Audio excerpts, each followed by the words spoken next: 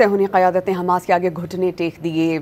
Israeli वज़ीर आज़म Netanyahu ने यरगमालियों की रिहाई के बदले हमास को मुआफ़ करने की पेशकश कर दी। बरतानवी अखबार टेलीग्राफ के मुताबिक इसराइली वज़ीर आज़म ने ऐलान किया कि अगर हमास बाकी यरगमालियों को रिहा कर दे तो वो गज़ा से मुकम्मल इनख़ला के लिए तैयार हैं। गज़ा में जंगबंदी सदर डोनाल्ड ट्रंप के अमन मुआहिदे का हिस्सा है और उस पर अमल दरामद अहम है। इसी हवाले से नेतन्याहू आज व्हाइट हाउस में सदर डोनाल्ड ट्रंप से मुलाकात करेंगे, जहाँ मुआहिदे पर अहम पेशरफ्त हो सकती है।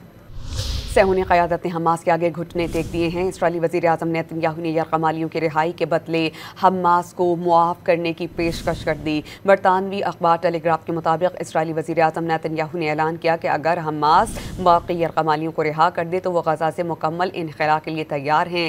गज़ा में जंगबंदी सदर डोनाल्ड ट्रंप के अमन मुआहिदे का एक हिस्सा है और इस पर अमल दरामद अहम है और इसी हवाले से नेतन्याहू आज व्हाइट हाउस में सदर डोनाल्ड ट्रंप से मुलाकात करेंगे, जहाँ मुआहिदे पर अहम पेशरफ्त हो सकती है।